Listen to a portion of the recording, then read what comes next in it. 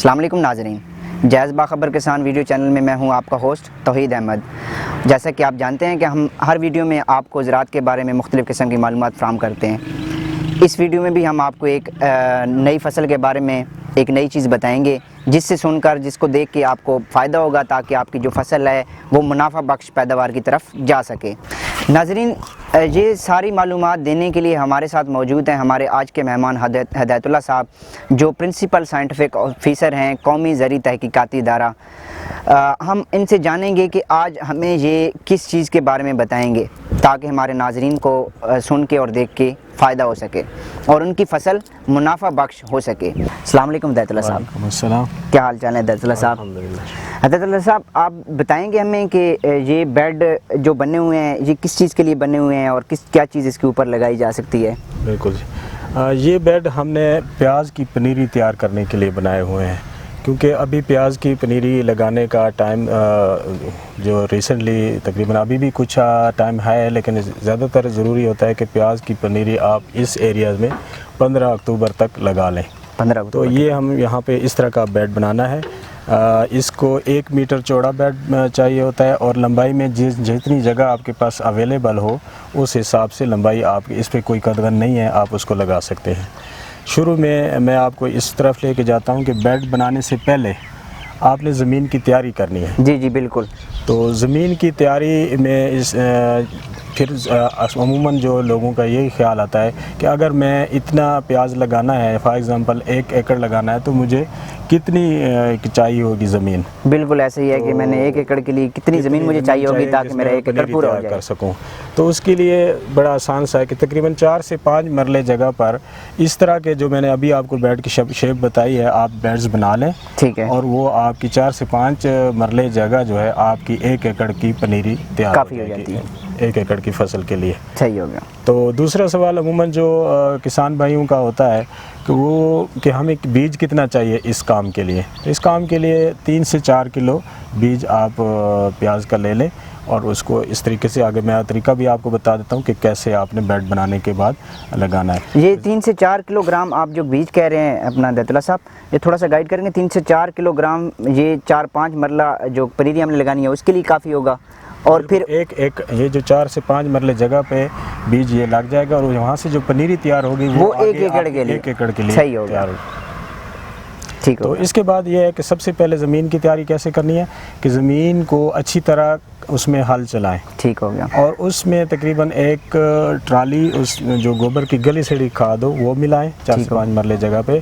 और इसके अलावा वहाँ पे DAP 5 से 6 किलो वो भी मिलाएं और 1 से 2 किलो यूरिया भी अगर शुरू में मिला। अगर यूरिया शुरू में नहीं मिलाते तो बेहतर है कि यूरिया जब आपकी पनीरी उग आए, बीज उग आए, तो उसके बाद वक्फे से थोड़े वक्फे से पानी के साथ उसको दिया जाए। और बेहतर भी वही होता है, यूरिया ज़्यादा बेहतर होता है कि बाद में दिया जाए।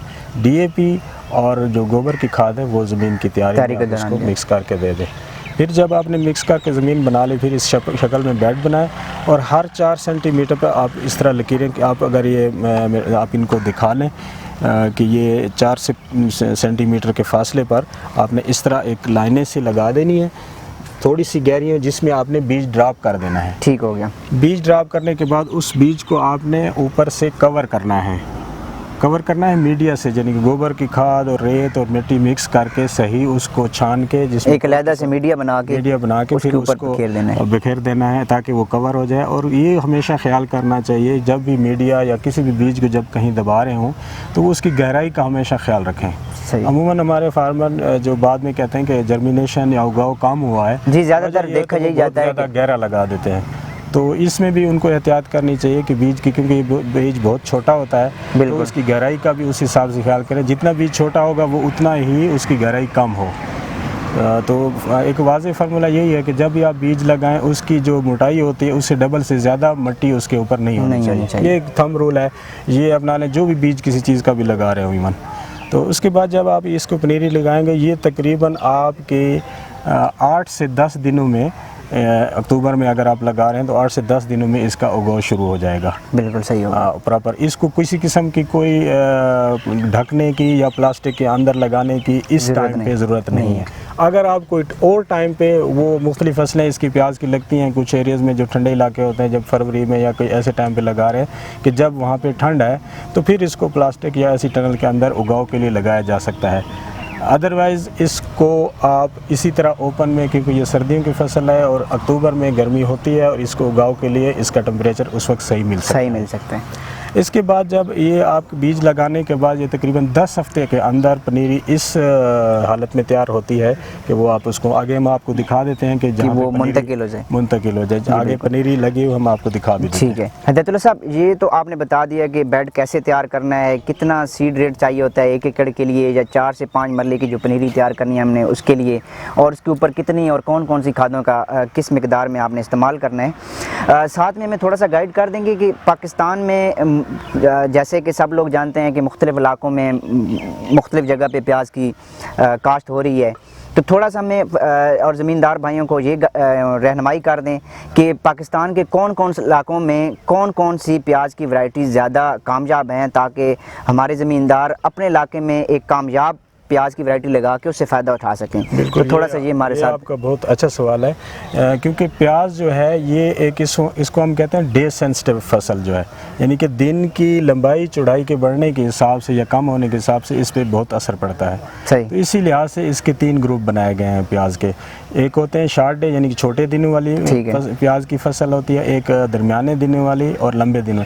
ये दिनों से मुराद ये है कि जब ये प्याज अपना गंडा या बल्ब बनाता है उस वक़्त दिन की जो लंबाई चौड़ाई है तो उस पे बुनियाद पे ये 3 ग्रुप बनाए गए हैं। हमारे मुल्क में जो शॉर्ट डेज़ हैं और इंटरमीडिएट डेज जिनको कहते हैं दरमियानी दिनों वाले, ये 2 किस्म के लॉन्ग डेज़ वाले यहाँ पे कामयाब नहीं हैं। तो इन 2 दिनों के हिसाब से फिर मुख्तलिफ एरियाज़ के हिसाब जो है वहाँ की एनवायरनमेंट को देखते हुए कुछ वैरायटियाँ रिकमेंड की गई हैं। जैसे हमारा KPK का स्वात और मर्दान और जो अपर एरिया इस सारे में हमारी स्वात 1 वैरायटी है वो कामयाब है। इवन के यहाँ पे पोठवार का भी जो अपर साइड है जो KPK साथ साथ लगता है वहाँ भी स्वात 1 कामयाब है, जिसमें चकवाल हो गया या बिल्कुल चकवाल तो थोड़ा इस तरफ हो जाता है, लेकिन इस तरफ जो KP की तरफ जो ठंडा थोड़ा सा इलाका है तो वहाँ पे तक आपने स्वात 1 ईज़िली और उसकी ज़्यादा जो प्रोडक्शन सही पोटेंशियल मिल सकता है। जहाँ तक आप पंजाब में फिर अगर सिंध में चले जाएँ तो वहाँ पे आपकी फुलकारा वैरायटी सबसे ज़्यादा कामयाब है। और अगर सिंध में फुलकारा के अलावा एक वैरायटी है नसरपुरी, वो भी वहाँ पे लगा नसरपुरी। जब आप सिंध के बलूचिस्तान की तरफ चले जाएं वहाँ पे डार्क रेड है और इसके अलावा चिल्तन है, 89 है, ये वैरायटियाँ वहाँ पे बलूचिस्तान में और नसरपुरी भी बलूचिस्तान में लगाई जा सकती है। तो ये सारा इस हिसाब से तकसीम किया गया है अपने जो एनवायरनमेंट के हिसाब से, और वहाँ पे इनकी प्रोडक्शन मैक्सिमम होती है। अगर ये हम एक इलाके की वैरायटी किसी और जगह पे लेके जाते हैं तो वहाँ उसकी नुमायाँ कमी आती है उसकी प्रोडक्शन में, इसलिए हमेशा मशवरा करके अपने इलाके के लिए मौजूद फसल जो है वो वैरायटी वो लगानी चाहिए। सही हो गया हिदायतुल्लाह साहब, बहुत अच्छी इन्फॉर्मेशन आपने हमारे साथ शेयर की है कि हमारे किसान भाई अपने इलाके के लिहाज से प्याज की वैरायटी लगाएं ताकि उनको मुनाफा बख्श पैदावार हासिल हो सके।